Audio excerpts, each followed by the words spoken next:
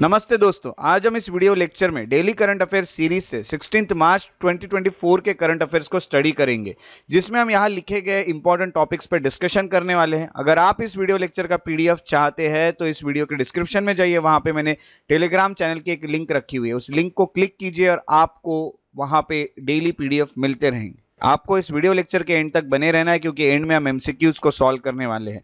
और आपको ये पता है कि जब तक आप एमसीक्यूज सॉल्व नहीं करते तब तक आपकी जो प्रिपरेशन है वो अधूरी है। तो ये टॉपिक्स जो है जिसमें हम डिस्कशन करेंगे, इसमें हम एंड में एमसीक्यूज सॉल्व करेंगे और आपको एमसीक्यूज के जो सही आंसर लगते हैं वो कमेंट सेक्शन में लिखना है, ताकि मुझे पता चले कि कौन कौन लोग सीरियसली स्टडी कर रहे हैं। तो चलिए आज के लेक्चर की शुरुआत करें।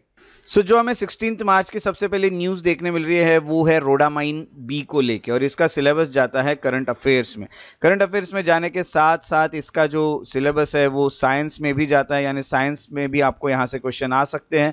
तो सबसे पहले आपको ये बता दूं कि 17 फरवरी को तमिलनाडु ने बैन किया था जो कॉटन कैंडी होती है, जो बचपन में आप खाते हैं, जिसको बुड्ढी का बाल भी कहते हैं बच्चे। तो वो जो कॉटन कैंडी उसको, या फिर कैंडी फ्लॉस, इसको बैन कर दिया गया था, क्योंकि ऐसा देखा गया कि उसमें जो कलर प्रेजेंट होता है ना, वो कलर में रोडामाइन बी होता है।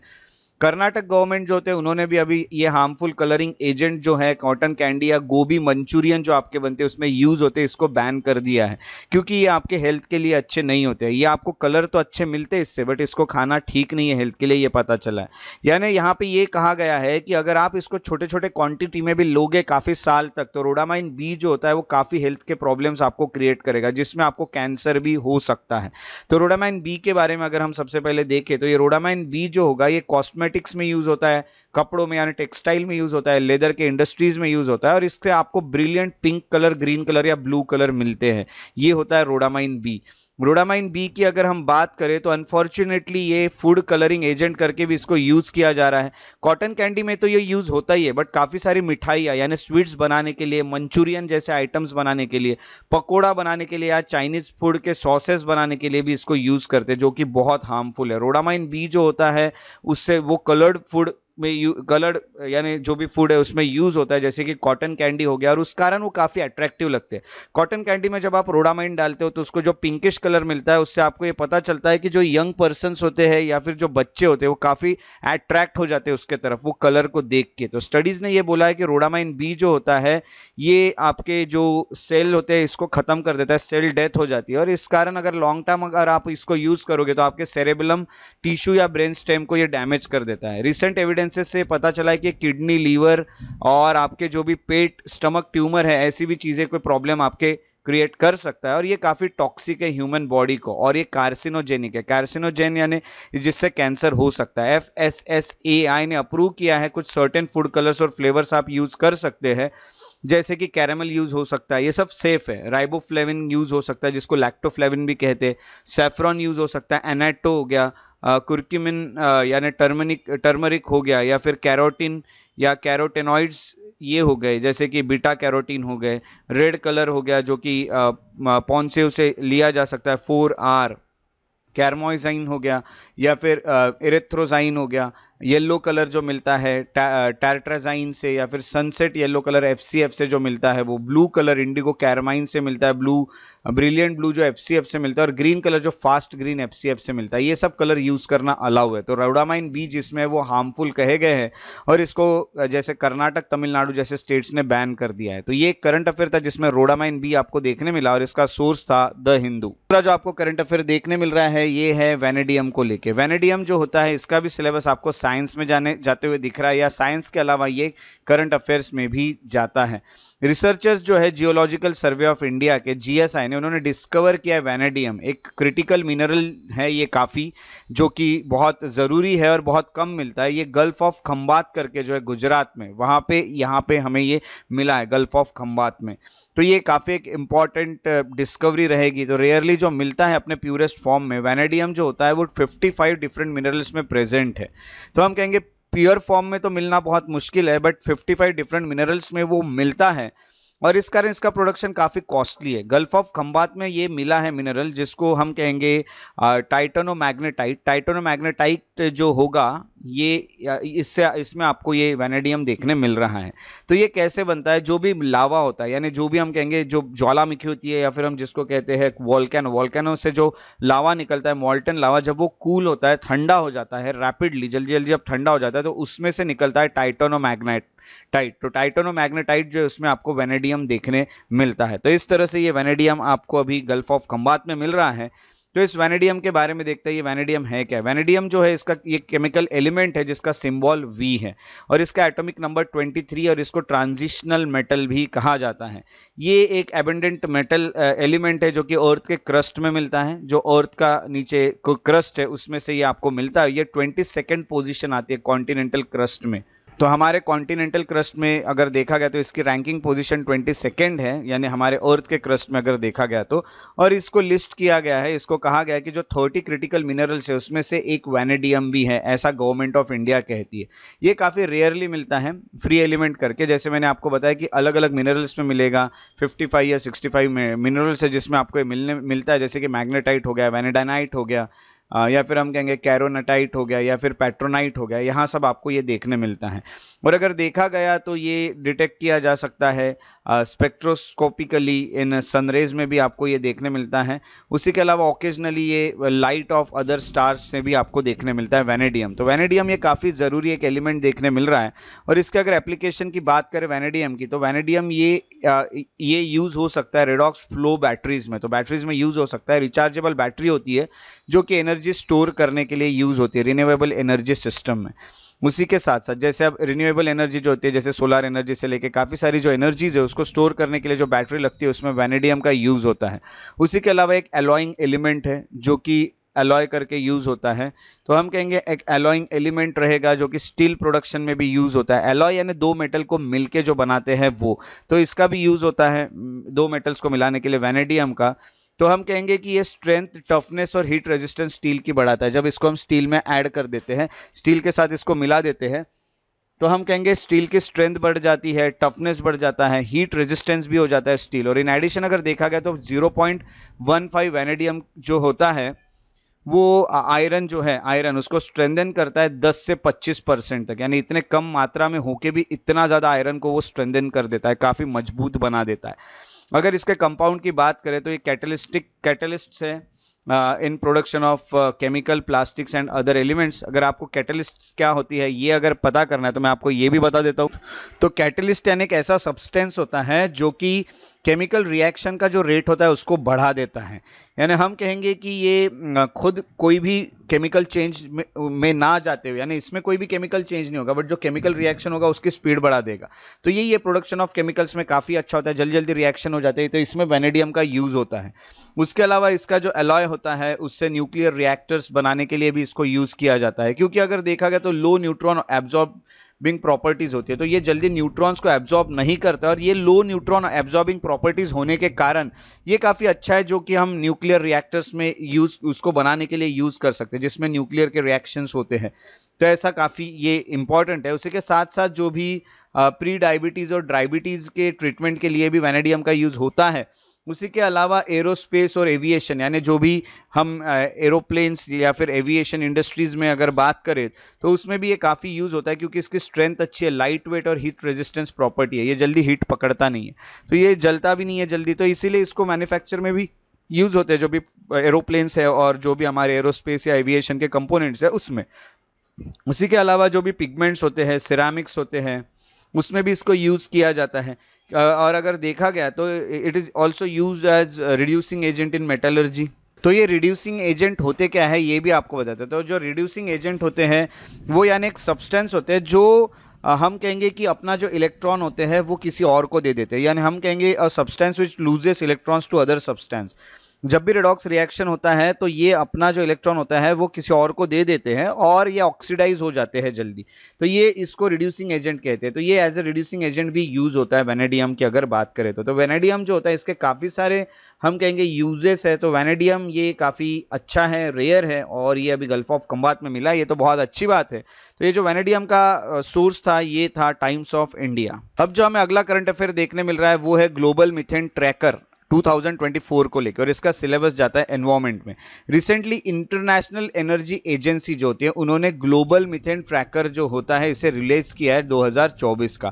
तो ये ग्लोबल मीथेन ट्रैकर क्या होता है ये भी मैं आपको बताता हूँ, बट पहले बैकग्राउंड में ये देख लेते हैं कि जो ग्लोबल मीथेन है प्लेज हमने लिया है, जो कि यूएस और यूरोपियन यूनियन ने मिलके इसे लीड किया था कि भाई देखो हम मीथेन जो है उसका लेवल कम करेंगे, उसके एमिशंस कम करेंगे। पिछले कुछ न्यूज़ में भी हमने देखा था कि हम ज़्यादा मीथेन का एमिशन नहीं करेंगे, तो एमिशन को हम 30% से कम करेंगे 2030 तक। ये जो हमने शपथ ली है, यानी मेनली यूएस और यूरोपियन यूनियन ने जो शपथ ली है उसको लेके ही ग्लोबल मीथेन ट्रैकर आया है। ग्लोबल मीथेन ट्रैकर की बात करें तो ये एक एनुअल रिपोर्ट होती है जिसको रिलीज करता है इंटरनेशनल एनर्जी एजेंसी, ये अच्छे से याद रखना है। दूसरा, ये काफ़ी रिसेंट डेटा हमें बताता है मीथेन एमिशन को लेके एनर्जी सेक्टर में किस तरह से हो रहा है, नई नई साइंटिफिक स्टडीज़ बताता है, ठीक है, यानी मीथेन के एमिशन कितने हुए हैं कुछ साइंटिफिक स्टडीज़ बताता है, या फिर हम कहेंगे मेजरमेंट कैंपेन्स होते हैं कि कितना होना चाहिए, सैटेलाइट से कलेक्टेड इन्फॉर्मेशन हम यहाँ पे कलेक्ट करते हैं और उससे ये रिपोर्ट बनाई जाती है। इसको ग्लोबल मीथेन ट्रैकर कहा जाता है। तो की हाइलाइट्स देखिए इस रिपोर्ट के, अगर हम की हाइलाइट्स के बात करें तो मीथेन एमिशन जो होती है फ्रॉम फ्यूल यूज इन 2023 ये हाईएस्ट रहा है अब तक, यानी मीथेन के एमिशन जो फ्यूल से हो रहे हैं, यानी हम कहेंगे उसको एज अ जब फ्यूल हम यूज़ करते हैं और उससे जब एमिशन होते हैं वो सबसे ज़्यादा है, 120 मिलियन टन्स है। इसमें स्लाइट इंक्रीज हुआ अगर 2022 को कंपेयर किया जाए तो। बायो एनर्जी एक रिन्यूएबल एनर्जी है जो जनरेट होती है प्लांट्स और एनिमल वेस्ट से, उससे एडिशनल 10 मिलियन टन्स एमिशन होते हैं मीथेन के। यानी देखिए मीथेन के एमिशन में काफ़ी बड़ा एक रोल है जो भी बायो एनर्जी या रिन्यूएबल एनर्जी सोर्सेस है उनका। तो ये भी काफ़ी ज़रूरी आपको देखने मिल रहा है कि इसमें भी हमें थोड़ा कंट्रोल करना पड़ेगा, क्योंकि हम प्लांट्स और एनिमल के वेस्ट से भी जो एनर्जी बनाते हैं ना, जिसको बायो एनर्जी कहते हैं, उससे भी मीथेन रिलीज होता है। ऑफ 120 मिलियन टन्स जो आ रहा है, यानी हम देखोगे 120 मिलियन टन्स जो रिलीज हो रहा है एटमॉस्फेयर में, उसमें से 80 मिलियन टन जो होता है वो सिर्फ 10 कंट्रीज से आ रहा है। यानी 10 कंट्रीज सबसे ज़्यादा एमिशन कर रही है, तो 80 मिलियन तो 10 कंट्रीज से ही आ रहा है। बाकी बचा हुआ 40 मिलियन जो है टन है वो अलग अलग कंट्रीज से आ रहा है, बची हुई कंट्रीज से। तो यूनाइटेड स्टेट जो होता है ये सबसे ज़्यादा मीथेन के एमिशन करता है ऑयल से और गैस ऑपरेशन से। उसके बाद उसके बहुत पास में रशिया है। चाइना की बात करें तो चाइना कोल ऑपरेशन से बहुत ज़्यादा एमिशन कर रहा है, कोल के कारण जो मीथेन आ रहा है वो। और देखिए एक पेरिस एग्रीमेंट का गोल था जिसमें हमने ये बोला था पेरिस एग्रीमेंट के हम 1.5 डिग्री जो अर्थ का टेम्परेचर बढ़ रहा है उसको 1.5 डिग्री पे ही रोकेंगे, यानी जितना भी इंक्रीज हो रहा है ना उसको 1.5 डिग्री तक ही लाएंगे। तो इसको अगर हमें पूरा करना है तो जो मीथेन के एमिशन होते हैं जो फॉसिल फ्यूल से हो रहे हैं उसे हमें 75% कम करना पड़ेगा 2030 तक, ये भी इस रिपोर्ट ने कहा है।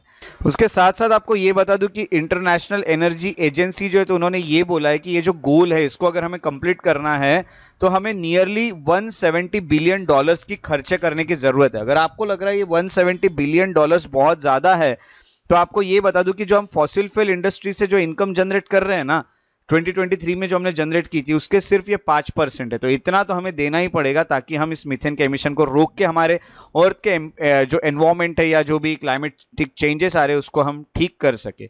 अब ये एनर्जी इंटरनेशनल एनर्जी एजेंसी जो है न्यूज़ में आ गई, इसलिए हम देख लेते हैं ये है क्या। तो IEA जो है ये ऑटोनॉमस इंटर गवर्नमेंटल ऑर्गेनाइजेशन है। ऑटोनॉमस यानी ये इंडिपेंडेंटली काम कर रही है, इंटर गवर्नमेंटल यानी अलग अलग देश इसमें इन्वॉल्व है, अलग अलग देशों की सरकारें इसमें इन्वॉल्व है, और within the organisation for economic cooperation and development framework के अंडर ये काम करती है। तो OECD के फ्रेमवर्क के अंडर ये काम करती है। इसको क्रिएट किया गया था, इसको बनाया गया था 1973-74 में जो ऑयल क्राइसिस हुआ था उसी कारण। ये जो ऑयल क्राइसिस हुआ था ये इसमें जो ऑयल एम्बार्गो लगाया गया था मेजर प्रोड्यूसर्स ने, जिस कारण हम कहेंगे कि प्राइजेस जो है वो काफ़ी बढ़ गए थे ऑयल के। तो हम यही कहेंगे कि बहुत ज़्यादा बहुत खतरनाक ये ऑयल एम्बार्गो लगाया गया था। अगर आपको ये ऑयल एम्बार्गो नहीं पता है तो आपको मैं ये बता दूं कि ये ऑयल एम्बार्गो यानी एक प्रोहिबिशन होता है। जैसे A नाम की और B नाम के दो देश है, इसमें प्रोहिबिट कर रहे हैं आप किसी को भी तो भी देश को कि हम यहाँ से पेट्रोलियम प्रोडक्ट्स नहीं मंगाएंगे या फिर हम यहाँ से पेट्रोलियम प्रोडक्ट्स नहीं मंगाएंगे, इस तरह से एम्बार्गो लगा देना, यानी रोक लगा देना जो भी ऑयल के ये हो रहे हैं, ट्रेड हो रहे हैं, व्यापार हो रहे हैं उसको। तो इस कारण तो ऑयल के रेट्स बढ़ ही जाएंगे। तो ये सब हुआ था, इस कारण ये इंटरनेशनल एनर्जी एजेंसी बनाई गई थी, क्योंकि बाकी एनर्जीज भी हमारे पास होना चाहिए। अगर इस तरह की फालतू की चीज़ें हो गई कि भाई हम आपके देश को हम ऑयल नहीं सप्लाई करेंगे तो हम कहाँ से एनर्जीज बनाएंगे। इसलिए ये इंटरनेशनल इन एनर्जी इंडस्ट्री एजेंसी जो है ये काम कर रही है। तो ये जो करंट अफेयर था इसका सोर्स था इंटरनेशनल एनर्जी एजेंसी खुद। उसके बाद जो हमें न्यूज देखने मिल रही है वो है Indian network for fishery and animal anti microbial resistance INFAAR को लेके, और इसका सिलेबस जाता है साइंस में। रिसेंटली FAO जो है फूड एंड एग्रीकल्चर ऑर्गेनाइजेशन जो होते हैं उन्होंने पब्लिश की एक एनालिटिकल रिपोर्ट, और ये रिपोर्ट आई है Indian network for fishery and animal microbial resistance को लेके 2019 से 2022 तक की रिपोर्ट है जिसको रिसेंटली रिलीज किया गया है। अब यहां मैं सबसे पहले आपको ये बता दूं कि एंटी माइक्रोबियल रेजिस्टेंस होता क्या है। एंटी माइक्रोबियल रेजिस्टेंस यानी सबसे पहले जो हम कहेंगे कि जो जर्म्स होते हैं, जैसे कि हम कहेंगे बैक्टीरिया हो गए, बैक्टीरिया के अलावा फंगी हो गए, इनमें एक कैपेसिटी डेवलप हो जाती है, इनमें एक एबिलिटी डेवलप हो जाती है कि आप कोई भी मेडिसिन बनाओ, कोई भी ड्रग्स बनाओ, उसको ये डिफीट कर जाते हैं। अगर आप कोई भी ड्रग्स हर बार लेते रहोगे, आपके बॉडी में आप एंटीबायोटिक्स डालते रहोगे, तो ये जो बैक्टीरिया डेवलप होंगे आपके बॉडी में, आगे जाके वायरसेस डेवलप होंगे, ये इन ड्रग्स को रेजिस्ट कर लेंगे, यानी इनसे कोई फर्क नहीं पड़ेगा आपके उस बीमारी को, वो बीमारी जल्दी ठीक नहीं होगी। तो ऐसा एंटी माइक्रोबियल रेजिस्टेंस होता है। तो रिपोर्ट में यही बोला है कि low level of resistance in both fisheries and animal sectors to less commonly used antibiotics such as chloramphenicol करके है ये, तो इसको वो आराम से रेजिस्ट करने लगे हैं। जो भी हम कहेंगे कि फिशरीज में या फिर हम कहेंगे एनिमल जो सेक्टर है या फिर एनिमल के जो एनिमल हस्बेंड्री वाले सेक्टर है उसमें जो हम जो ये एंटीबायोटिक्स को यूज़ कर रहे हैं या फिर हम जो भी ड्रग्स को यूज कर रहे हैं उसको ये आराम से रेजिस्ट करने लगे, जो वायरसेस इनके अंदर है वो। तो ये सब चीजें इस रिपोर्ट में दिखी है। तो about Indian network for fishery and animal anti microbial resistance INFAAR अगर न्यूज में रहा तो इसके बारे में जान लेते हैं।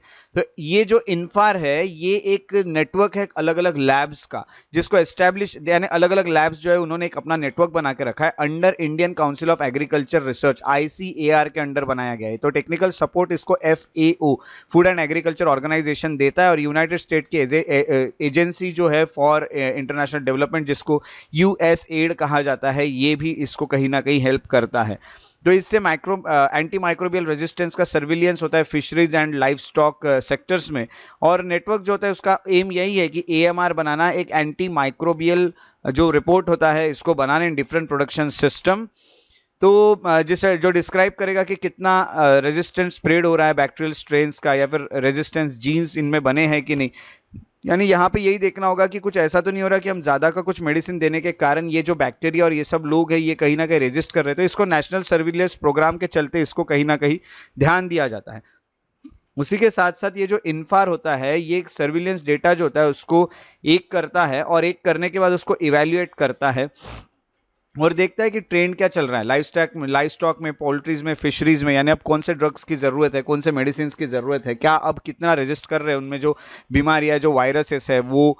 तो ये सब के चलते यहाँ पे कौन से ड्रग्स यूज़ होने चाहिए, कौन से मेडिसिन यूज़ होने चाहिए, ये भी वो कहीं ना कहीं हम कहेंगे इवेल्युएट करता है। तो इससे हम ये जान सकते हैं कि क्या करना चाहिए, यानी क्या मिटिगेशन है एंटी माइक्रोबियल रेजिस्टेंस को लेके। और AMR जो होता है एंटी माइक्रोबियल रेजिस्टेंस जो होता है ये कहीं ना कहीं हम कहेंगे कि एंटी माइक्रोबियल एजेंट्स जो यूज़ होते हैं ह्यूमन में एनिमल हेल्थ के वक्त या फिर जो एनवायरनमेंट में प्रेजेंट होते हैं उस कारण ये रेजिस्टेंस बढ़ते जाता है। जैसे अभी मैंने आपको बताया छोटी छोटी बीमारियों के लिए आप गोली लेते रहोगे तो आपके बॉडी में ये जो वायरसेस आया छोटे मोटे इनको आदत पड़ जाएंगे उन गोलियों की, और इनको कोई फर्क ही नहीं पड़ेगा बाद में। तो ये एंटी माइक्रोबियल्स जो होते हैं जो यूज़ हो रहे हैं एनिमल या फिश में वो कहीं ना कहीं वेस्ट से बाहर निकलते हैं, जिस कारण हम कहेंगे AMR का और ज़्यादा स्प्रेड होने लगता है। तो अब ये बाहर निकलेगा और फिर यहाँ बाहर जो वायरसेस है वो उनको रेजिस्ट करना है कि उनको कैपेसिटी बन जाएगी, एबिलिटी बन जाएगी। तो ये कहीं ना कहीं एनवायरनमेंट में आते रहेगा, और इससे जो वायरसेस या फिर जो भी मैंने बताया जैसे आपको बैक्टीरिया है या बैक्टीरिया के अलावा जो भी फंगस है इन सबको आदत पड़ जाएगी कि इनको वो आराम से रेजिस्ट कर लेंगे। तो ये जो इनफार को लेके ये जो करंट अफेयर था इसका सोर्स था द डाउन टू अर्थ। उसके बाद जो हमें अगली न्यूज़ मिल रही है वो है यूरेशियन इकोनॉमिक यूनियन को लेके, EAEU को लेके, और इसका जो सिलेबस जाता है वो करंट इवेंट में जाता है। तो हुआ क्या है, इंडियन और 5 मेंबर जो यूरेशियन इकोनॉमिक यूनियन के, यूरेशियन इकोनॉमिक यूनियन यानी यूरोप प्लस एशिया के जो इकोनॉमिक यूनियन है उनके 5 मेंबर्स जिसको लीड किया है रशिया ने, ये सब कुछ नेगोशिएशन करने वाले फ्री ट्रेड एग्रीमेंट को लेके FTA किया जाएगा, यानी जो भी ट्रेड होगा वो फ्री ट्रेड किया जाएगा। ऐसा एक एग्रीमेंट है इंडिया और 5 मेंबर्स के बीच में होने वाला है। ये जो एग्रीमेंट है इससे इंडिया का जो एक्सपोर्ट होगा वो बूस्ट होगा, यानी अब इंडिया अपने जो प्रोडक्ट्स है उसको एक्सपोर्ट करेगा जो भी ईयू कंट्रीज है, जैसे मैंने आपको बताया यूरेशियन इकोनॉमिक यूनियन की जो कंट्रीज है उनको पर्टिकुलरली अगर देखा गया तो इंजीनियरिंग गुड्स हो गए, इलेक्ट्रॉनिक गुड्स हो गए या एग्रीकल्चर हो गए, इंडिया इनको बाहर भेजेगा, तो इंडिया का काफी फायदा हो सकता है, इंडिया का व्यापार काफी अच्छा बढ़ सकता है। यूरोपियन अब ये यूरेशियन इकोनॉमिक यूनियन जो न्यूज में आया, ईयू भी कहा जाता है इसको, ईयू भी कहा जाता है, तो इसको हमें पढ़ना होगा। तो ये जो ईयू है ये या ईयू है, ये अगर हम देखें तो ये इकोनॉमिक यूनियन है 5 पोस्ट सोवियत स्टेट्स का जो कि यूरेशिया में लोकेटेड है, यानी यूरोप और एशिया में लोकेटेड है, ऐसे 5 सोवियत स्टेट्स इसमें आते हैं। यानी हम अगर देखेंगे तो पहले सोवियत यूनियन था, फिर सोवियत यूनियन जब टूटा तो ऐसे कुछ 5 स्टेट्स जो भी बाद में बने, यानी काफी सारे वैसे देश बने बट उसमें से 5 देशों ने मिलकर यूनियन बनाया ताकि उनके व्यापार अच्छे से चल सके। तो मेंबर स्टेट जो है वो है आर्मेनिया, बेलारूस हो गया, या फिर कजाकिस्तान, किर्गिस्तान, रशिया, ये सब 5 इसके मेंबर्स हैं। और ये जो हम कहेंगे यूरेशियन इकोनॉमिक यूनियन है, इसको एस्टेब्लिश किया गया ताकि फ्री मूवमेंट हो सके गुड्स की, लोगों की, सर्विसेज की या कैपिटल की, यानी आप इजीली इन देशों में एक दूसरे के देश में इन्वेस्ट कर सको, इजीली कोई भी व्यक्ति यहाँ से वहाँ जा सकता है जॉब करने या कुछ भी करने, तो ये सब चीज़ें यहाँ पे हो सकती है, गुड्स भी यहाँ से वहाँ जा सकती है, सर्विसेज भी जा सकती है, तो ये फ्रीली जा सके विदाउट एनी, हम कहेंगे कि कोई भी ऐसे रुकावट के बिना। तो ये बहुत अच्छा एक यूनियन उन्होंने बनाया था। तो की फैक्ट्स अगर इस यूनियन की करें, हम की फैक्ट्स अगर देखें तो ये ऑफिशियली 1 जनवरी 2015 को बनाया गया था। और ये जो यूनियन होता है ये ऑपरेट कर रहा है इंटर गवर्नमेंटल या सुप्रा नेशनल करके, यानी हम कहेंगे कि 2 देशों के बीच में अगर देखा गया तो ये काम कर रहा है, इंटर गवर्नमेंटल है, तो इंटर गवर्नमेंटल इंस्टीट्यूशन है। और ये जो यूनियन है ये कहीं ना कहीं एक सिंगल मार्केट बनाता है, यानी पूरे देशों के मिलकर एक मार्केट जैसा काम करेगा, पूरे देशों का मार्केट एक हो जाएगा, यानी इजीली गुड्स यहाँ से वहाँ सप्लाई हो पाएंगे और बाकी चीज़ें भी सप्लाई हो पाएगी। 2023 में देखा गया तो 183 मिलियन लोग जो है इसमें शामिल आपको देखने मिलते हैं इस व्यापार को लेके। और जो डोमेस्टिक प्रोडक्ट है वो ओवर 2.4 ट्रिलियन डॉलर्स का यहाँ पे हुआ, इतना व्यापार करते हैं ये लोग। और यहाँ फ्री मूवमेंट होती है गुड्स सर्विसेज की, मैंने जैसे कि आपको बताया, कॉमन पॉलिसीज बनाते हैं कि भाई इकोनॉमी कैसी रहेगी, ट्रांसपोर्टेशन अच्छे से कॉमन रखने की कोशिश करेंगे, इंडस्ट्री, एग्रीकल्चर या एनर्जी रिसोर्सेस है, एनर्जी को लेके, फॉरेन ट्रेड और इन्वेस्टमेंट को लेके, कस्टम, टेक्निकल रेगुलेशन, कंपटीशन की बात कीजिए, या फिर हम कहेंगे कि एंटी ट्रस्ट रेगुलेशन जो है वो सब चीज़ों को लेके ये कहीं ना कहीं कॉमनली काम कर रहे दूसरे के देश में मिलके। तो यहाँ टेक्निकल चीज़ों से लेके कंपटीशन में कोई कंपटीशन के कारण किसी का लॉस ना हो वहाँ तक हर चीज़ के ऊपर यहाँ काम किए जा रहा है। तो यहाँ पे एक सिंगल करेंसी का यूज़ होते हैं जिससे हम देखेंगे कि एक करेंसी से यहाँ पे व्यापार इजीली हो जाता है, यानी आपको अलग अलग करेंसी के एक्सचेंज करने की ज़रूरत नहीं है। और यही इनका एम है कि भाई एक कॉमन मार्केट बनाए, जैसे कि यूरोपियन यूनियन वालों ने अपना कॉमन मार्केट बनाया, वो इजीली व्यापार करे एक दूसरे के साथ वहाँ के देश, वैसे ही हम भी बनाएं। बट अगर देखा गया तो अनलाइक यूरोपियन यूनियन, जो ये यूनियन है जो यूरेशियन, हम कहेंगे कि ये जो यूनियन है ये इकोनॉमिक यूनियन, इनका कोई भी ऐसी कॉमन करेंसी वो शेयर नहीं करते, क्योंकि यूरोपियन यूनियन की बात करें तो यूरो और ये सब वो लोग यूज़ करते। बट हम देखेंगे तो हमारे यहाँ अब तक ऐसी कोई कॉमन करेंसी इन लोगों की नहीं दिख रही। बट यही विचार है कि भाई हम एक सिंगल करेंसी का यूज़ करें, एक कॉमन करेंसी का यूज़ करें ताकि इजीली व्यापार हो सके। इस तरह से यूरेशियन इकोनॉमिक यूनियन न्यूज़ में रहा और इसका सोर्स था बिजनेस स्टैंडर्ड। चलिए अब बारी है आज के एमसीक्यूज को सॉल्व करने की। तो जो पहला क्वेश्चन है आज का वो है, consider the following countries, Armenia, Belarus, Kazakhstan, Kyrgyzstan, Afghanistan, Russia, इनमें से जो देश दिए इसमें से कौन यूरेशियन इकोनॉमिक यूनियन के मेंबर्स है? ओनली 2, ओनली 3 एंड ओनली 4 या फिर ओनली 5? आपको अपने आंसर्स कमेंट सेक्शन में लिखना है। क्वेश्चन नंबर 2 जो आपको देखने मिल रहा है वो है with reference to Indian network for fisheries animal anti microbial resistance, INFAAR कुछ स्टेटमेंट्स दिए है। It is network of labs establish under Indian council of agriculture research ICAR. INFAAR collates surveillance data to evaluate baseline data and identify AMR trends in livestock, poultry and fisheries. It seeks to understand the impact of interventions required for the mitigation of antimicrobial resistance. How many of the given above statements are not correct? याद रखेगा not correct. Only 1, only 2, all 3 या फिर none. अब question number 3 देखते हैं क्या है। Question number 3 है ए को लेके, तो ग्लोबल मीथेन ट्रैकर को लेके, तो एक एनुअल रिपोर्ट होती है ग्लोबल मीथेन ट्रैकर जिसको रिलीज करता है इंटरनेशनल एनर्जी एजेंसी IEA, और ये मोस्ट रिसेंट डेटा जो है मीथेन एमिशन को लेके वो हमें देता है। तो इसमें दिए गए कितने स्टेटमेंट्स करेक्ट है ये आपको बताने हैं। ऑप्शन 1 है only 1, only 2, both 1 and 2, neither 1 nor 2। अब आपको मैं बता दूं कि जो आपने पिछले करंट अफेयर्स के जो क्वेश्चन सॉल्व किए थे उसके सही आंसर क्वेश्चन नंबर 1 का था बी, क्वेश्चन नंबर 2 का बी, क्वेश्चन नंबर 3 का डी। अगर आपको मेरे वीडियोस पसंद आते हैं तो उन्हें लाइक जरूर करें, शेयर करें और मेरे YouTube चैनल को सब्सक्राइब करके बेल आइकॉन को प्रेस करना ना भूलें, ताकि आने वाले वीडियोस के नोटिफिकेशन आपको रेगुलरली मिलते रहे। अगर आप और अपडेट्स चाहते हैं तो आप फेसबुक पेजेस जो है मेरे उनको भी फॉलो और लाइक कर सकते हैं, श्रेयस बढ़िया इंटरप्रिटेशन। अगर आप मुझसे कोई भी क्वेश्चन पूछना चाहते हैं, कोई भी डाउट पूछना चाहते हैं, तो आप मुझे डायरेक्ट मैसेज के थ्रू इंस्टाग्राम पे भी पूछ सकते हैं। मुझे फॉलो कीजिए श्रेयस बढ़िया द पीस लवर पे, और आपको आपके सवालों के जवाब भी मिलते रहेंगे। उसी के साथ साथ अगर आप मुझे मेल करना चाहें तो shreyasbadi@gmail.com पे आप मुझे मेल भी कर सकते हैं। और अगर आप और भी इंफॉर्मेटिव वीडियो चाहते हैं तो आप मेरे एकेडमी श्रेयस IAS एकेडमी के जो अकाउंट है इंस्टाग्राम पे और फेसबुक पे, वहां भी उसे फॉलो करके मुझे सपोर्ट दिखा सकते हैं। मेरे साथ इस वीडियो में बने रहने के लिए बहुत बहुत शुक्रिया। Thank you so much for being here. Take care and have a very good day.